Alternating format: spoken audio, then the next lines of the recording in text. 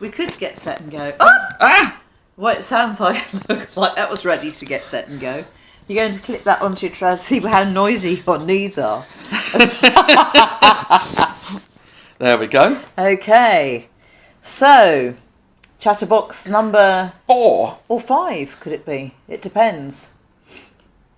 It depends, because actually now we do have rather a lot of material. We do have a lot of material indeed, and we're involving other people. And it's very exciting, actually, Yes, because our purpose for this was, in part, was to sort of like get our own message out. But in the process, or messages, because we've got quite a few, but was also to bring in the voices of people around us locally, down here. We're in an outpost. It used to be an island, the Isle of Thanet. 500 years ago or so, yes. 500 years ago. That's quite recent, really, in It is. the time on Earth, really. But actually, we get regarded very much as a sort of like an isolated outpost. Yes. Where the people of Thanet very often feel that they're not heard. Well, it's a place where I think it was an outpost. It was almost cut off from the mainland. And people often feel that way here now, today. Well, I mean, think. if you consider there's still only 3 roads on and off the Isle of Thanet. This is true. And actually, the wrong people keep leaving. Actually, we could actually have a lot of the council officers and stuff actually just departing. That would be quite good. Do you think? We do need council officers. Well, we do, but we want ones that have an interest in developing Thanet and the services for the people of Thanet. I do appreciate the difficulties about government, funding and all the rest of it. Funding is a big problem. But, I mean, I think also one of Thanet's big problems is it doesn't have much of an industrial base. It has a little bit of light industry. But in terms of employment opportunities, it's very scarce, as we were hearing. Yeah, well, today. indeed, and a lot of people will tell you. Yes. And in fact, we've been canvassing opinion around the town, and we will publish this at some point soon. But some people will tell you that that the employment simply does not exist here. Yes. And I know this myself. If you don't want to work in a care home or behind a bar or in a restaurant. Or drive a bus. Or drive a bus, actually, you can drive a bus. But even the local council has very little jobs. And a decreasing number of jobs. Well, and that's because of the decline in funding. Yep. So, employment opportunities here are really very scarce.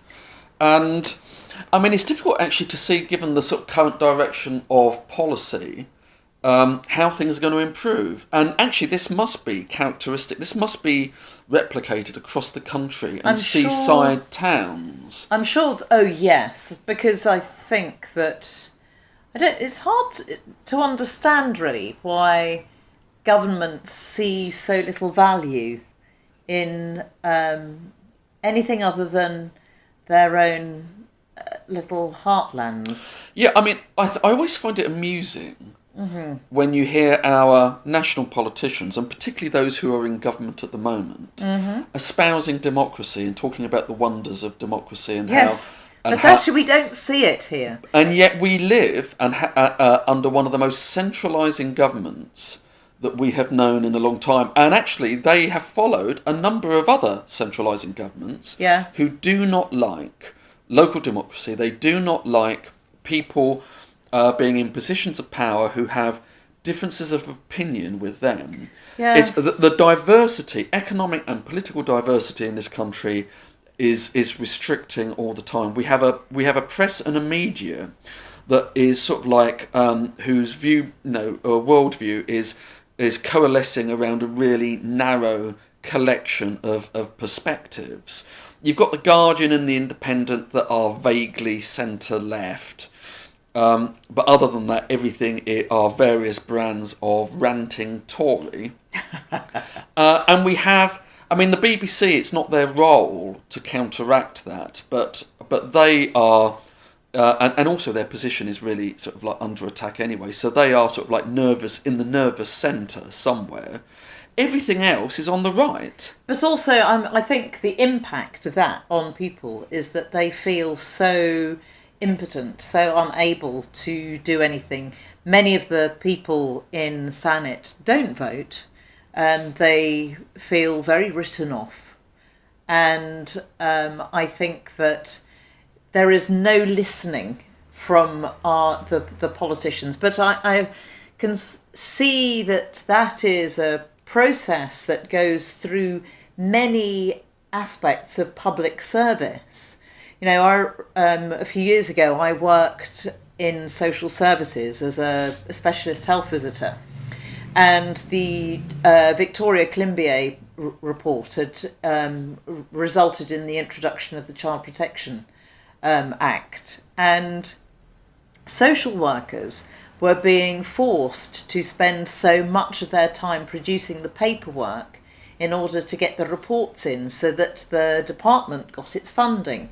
Because if their reports were late, the funding went down. Yes. And that meant that the people whom they were supposed to be serving were getting only 20%, if they were lucky, of the time of the social workers, who were then having to write these huge reports to cover the department's back, to show that they'd done the work, which they hadn't had time to do because they'd had to spend so much time writing reports. And so it seems to me that local government and public services everything gets tied up in the knots of bureaucracy, which stops people feeling that they are worth anything, being that they're heard, that they matter, that they care at all. Yes. And it has an enormous impact on people's health and mental well-being. Indeed, I think it does, yes. And I think that, personally, I get to the point where I think, well, okay, so I clean streets and I volunteer gardening, and we raise money for taking care of listed gardens and improving the area. There's a huge campaign in Ramsgate of people picking up litter on a daily basis. There's this thing called Ramsgate Road, which is Ramsgate one a day. If everybody just picked up one piece of litter a day, the world would be a better place. Interestingly, having recently gone to Germany, there is almost no litter anywhere. But there aren't the services to give, to provide, or there isn't the funding to provide the services, to employ the people.